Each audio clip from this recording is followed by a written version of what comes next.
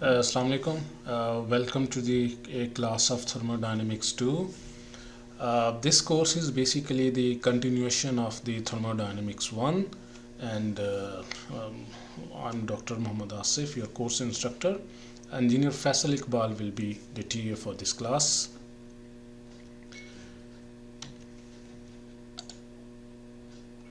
Okay, so let's first discuss the books that will be used during this semester.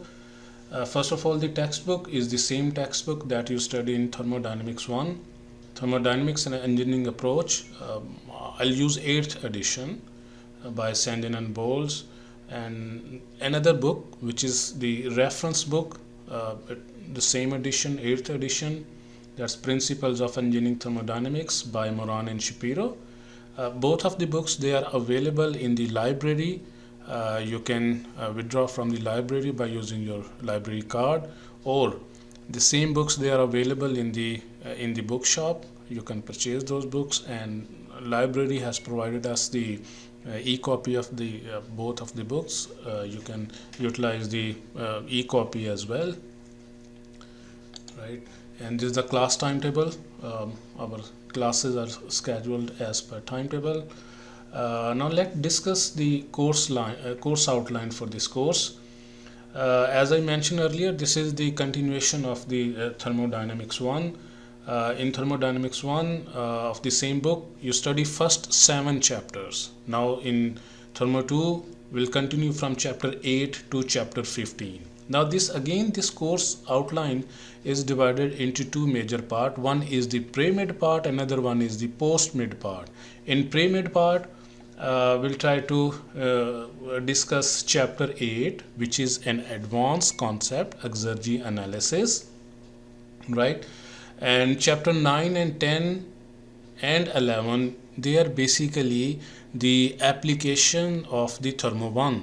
I mean the knowledge you gain, such as the first law of thermodynamics, we also call that energy balance, second law of thermodynamics, so entropy analysis, right? All these concepts that you learned in Thermo 1, that will be applied now for various applications, such as the application in gas power plant, steam power plant, refrigeration cycles, right?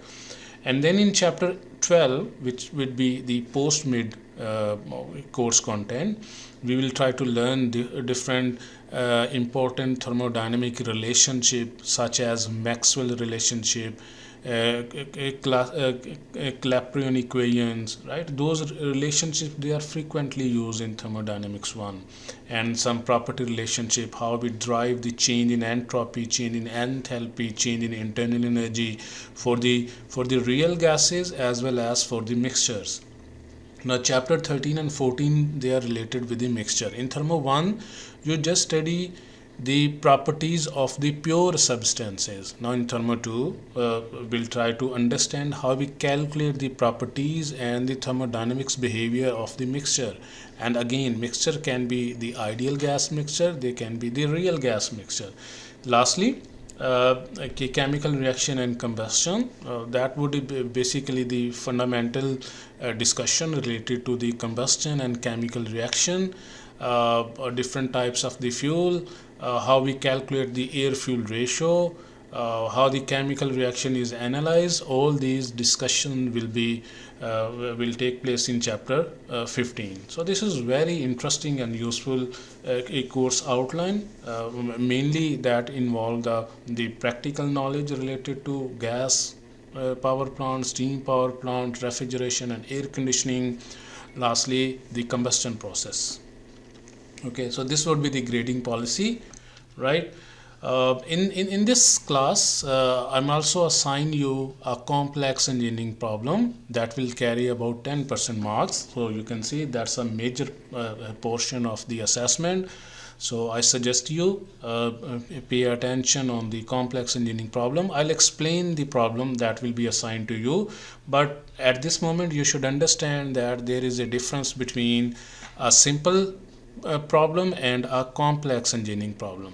Like a numerical that we are solving, that's a simple numerical problem, and if I gave you any numerical and every student in the class will have the same answer. Whereas in case of complex engineering problem, you may need to study something extra which is not taught in the course, and every student can have his own technique, his own answer.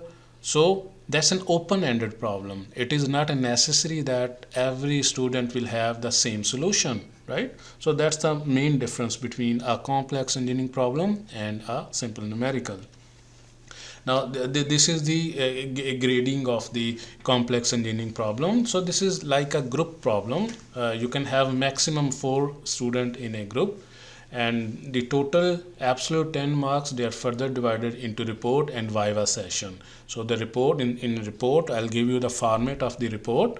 In that report you will write down, you will explain the methods, the assumption that you will adopt during the solution, which tool you have adopted. Some students they use EES, engineering equation solver, some use MATLAB, some even solve on the Excel. So you have to explain all the procedure, all the equations in that report. So based on that report, I will take a viva of each student, each group, right, and then you will be graded accordingly. And this is the attendance policy. You know that this is our institute policy. Every student must attain 80% attendance to qualify for the final exam, right? And this is the quizzes and assignment session. So for this class, there will be total quizzes, 6 quizzes and 6 assignment session. But for the final grading, I'll consider 5 best quizzes and 5 best assignments. There will be no surprise quiz. I'll announce 1 week earlier, right? So there will be no surprise quizzes. Both assignment session and the quizzes will take place in one sitting. There is a difference between the assignment session and quizzes. Assignment session, I will give you certain set of the numerical problem, let's say 10, 20. So out of these I will give you one numerical to solve. So that would be assignment session. Whereas quizzes, they are unseen question, right? Those questions will be related to the discussion of the class, right? The logical concept, even the numerical, but that could be the unseen problem. Okay.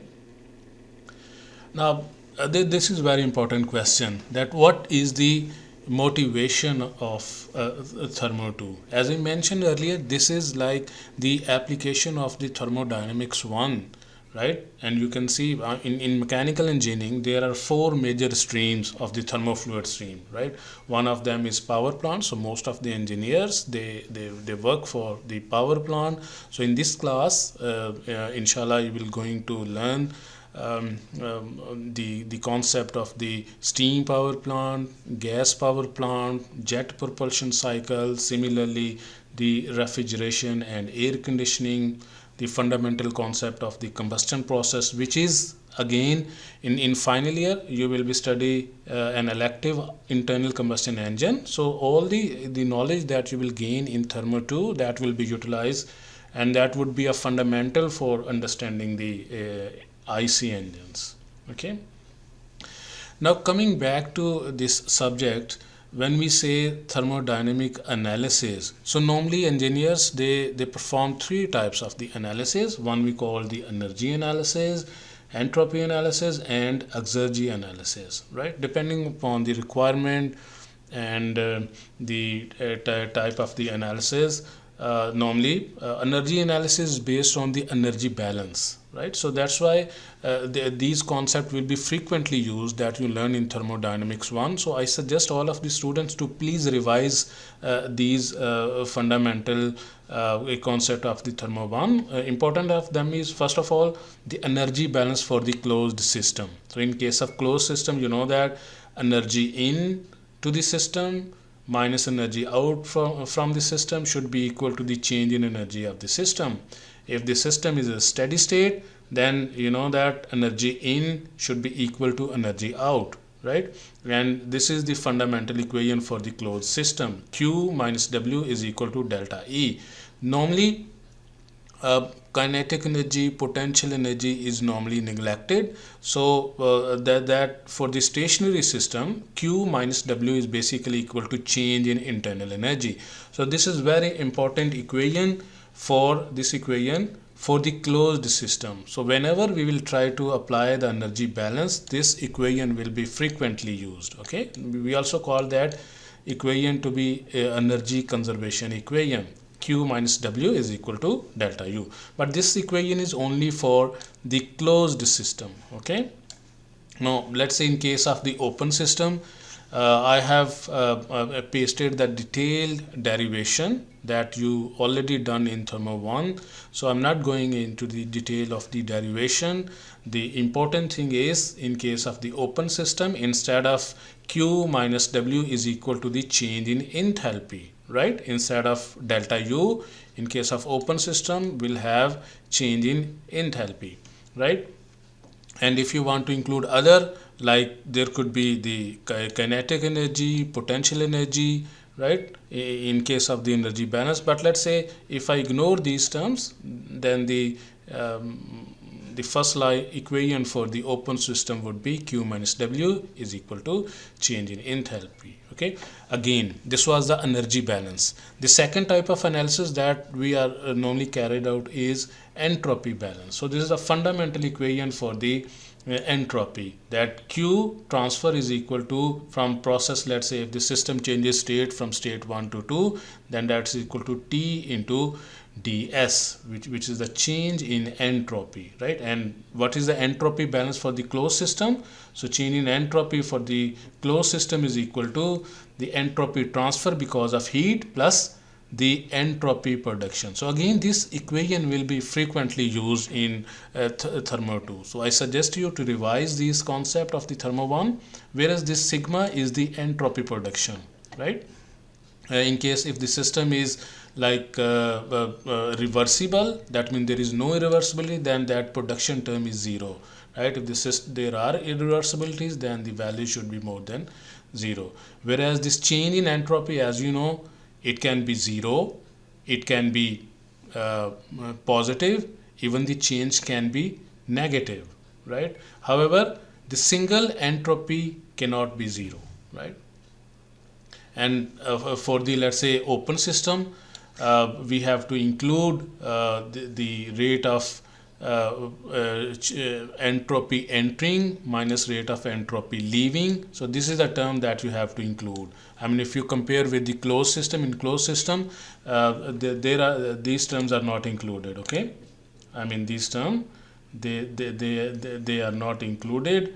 I'm talking about these terms. Okay, these two terms, they are not included, right? And similarly for steady state, this value would be equal to 0, right? So we'll have the entropy transfer because of heat, entropy transfer because of mass, entropy leaving because of mass, and the entropy production term, right? And similarly, there are many isentropic processes that would be frequently used now, even in gas turbine, steam power plant, even in refrigeration cycle, right? So you must have clear understanding of the isentropic process, where the change in entropy is equal to 0, or the entropy at the entrance is equal to the entropy at the leaving process, right?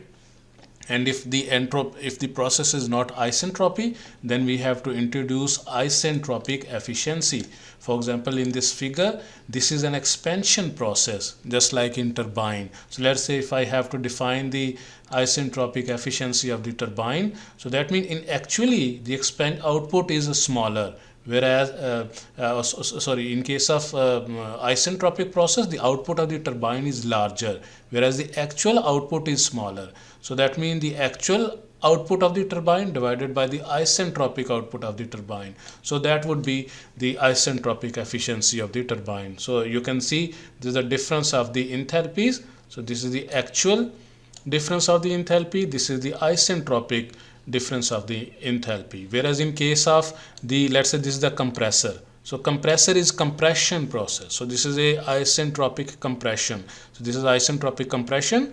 This is the actual isentropic expansion. You can see in case of a turbine we are getting some work output, whereas in case of compressor we are giving some work input. So in that case, what will be the isentropic efficiency? As you can see, the actual work input is larger, whereas isentropic input is smaller. So we keep always on denominator, in numerator we keep the small value, whereas in denominator we keep the larger value. So what's the small value? Small value is basically the isentropic work input, whereas what is the larger value, which is the actual work input. So smaller value divided by larger value, whereas in that case it is the opposite. So what is the smaller value? The smaller is the actual value is smaller, so actual will be on numerator, whereas the larger value will be in the denominator. Okay. And lastly, you study this in chapter 7. I suggest you to revise these concepts again. The concept of the relative pressure and relative volume. Relative volume, they are frequently used in Otto cycle, in a diesel cycle, in a dual cycle, whereas the concept of the relative pressure, that will be frequently used in gas turbine, right, in order to calculate the unknown parameter like pressure, temperature in the cycle, like in Otto cycle, in diesel cycle. In order to calculate the parameter of pressure, temperature, you have to use this equation, relative volume and relative pressure. I'm not going into the derivation because you already have done in thermo 1. So I'm just advising or suggesting you to please revise this concept. Okay. Similarly, for isentropic processes, let's say on TS diagram, let's say this is a TS diagram, right? If the process is, let's say, isentropic process, let's say a process from 1 to 2, that's an isentropic process, right? If the two conditions satisfied, the first condition is the process is isentropic, the second condition is the working fluid is an ideal gas such as air, let's say, then you can use these equations, right? These equations are basically the relationship between temperature, pressure, temperature, volume, similarly pressure, volume, right? So these again that will be used to calculate the unknown parameter like temperature, pressure and volume, right? So I suggest these all concepts are related with the thermodynamics 1. So please revise these concepts. In the next class, inshallah, we'll try to start with an advanced concept and a new concept of the exergy. So see you in the next class. Thank you very much.